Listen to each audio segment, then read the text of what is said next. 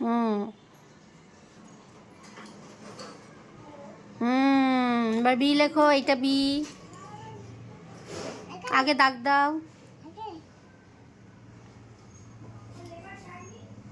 এবারে এরকম করে ঘুরিয়ে দাও দুবার। আগে ওপরেরটা। হ্যাঁ হ্যাঁ।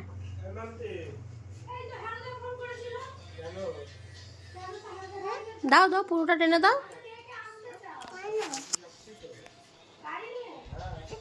এই যে এরম এরম এখান দিয়ে এরম পুরোটা টেনে দাও।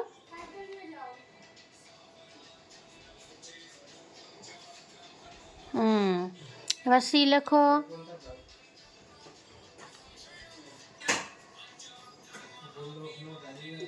এবার ডি লেখো, ডি।